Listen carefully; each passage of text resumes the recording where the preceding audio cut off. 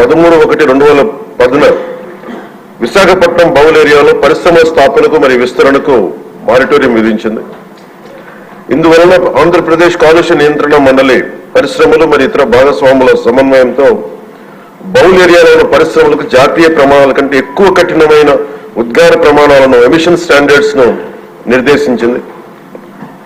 ఉదాహరణకు particulate matter PM10 యొక్క గాఢత అంటే మిల్లీగ్రామ్ పర్ మెట్రిక్ క్యూబ్ దాదాపు 50 మిల్లీగ్రామ్ పర్ మెట్రిక్ క్యూబ్ గా జాతీయ ప్రమాణం 150 మిల్లీగ్రామ్ పర్ మెట్రిక్ క్యూబ్ గాను SO2 లెవెల్ 5 mg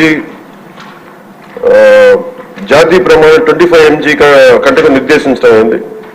ఈ కఠినమైన నిబంధనల కారణంగా పరిశ్రమలు కాలుష్య నియంత్రణ వ్యవస్థను అప్గ్రేడ్ చేశాయి మరియు గ్రీన్ విశాఖ కార్యక్రమం కింద విస్తారమైన గ్రీన్ బెల్ట్ ని అభివృద్ధి చేశాయి.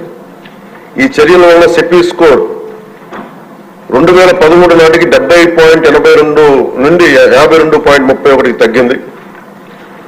2013లో ministry of environment, forest and climate change comprehensive environment pollution index score నగరానికి సంబంధించి 60 కంటే తక్కువగా ఉండడం వలన పరిశ్రమ విస్తరణపై ఉన్న మారిటోరియం ఎత్తివేసింది.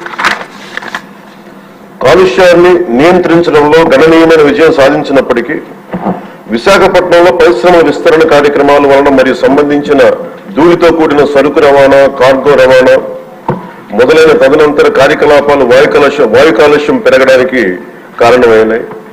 నగరంలో పార్టికులేట్ మ్యాటర్ అంటే ముఖ్యంగా కణ కాలుష్యం, దుమ్ము, ధూళి, మసి, పొగ ఈ లెవెల్స్ జాతీయ ప్రమాణాలు 60 మిల్లీగ్రాములు మించినందున వాయు నాణ్యత మెరుగుదల అవసరమని ఆంధ్రప్రదేశ్లోని మరో 12 నగరాలతో పాటు విశాఖపట్నంను నాన్ అటైన్మెంట్ సిటీలుగా సిపిసిబి గుర్తించింది.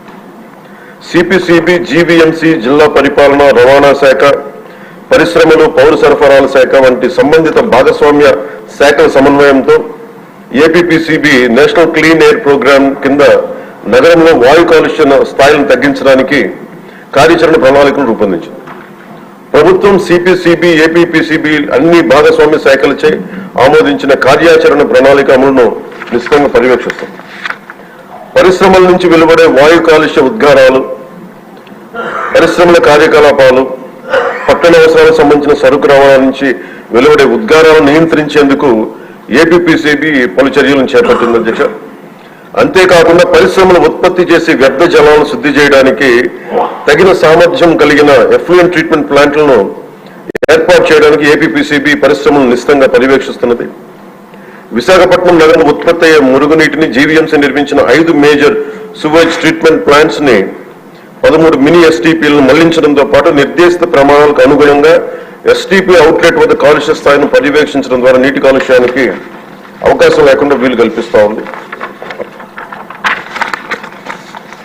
జీవీఎంసీలో ఉత్పత్తి అయ్యే మున్సిపల్ ఘన వ్యర్థాలను వేస్ట్ ఎనర్జీ ప్లాంట్ శుద్ధి చేసి 15 మెగావాట్ల విద్యుత్తును ఉత్పత్తి చేస్తున్నారు అధ్యక్ష.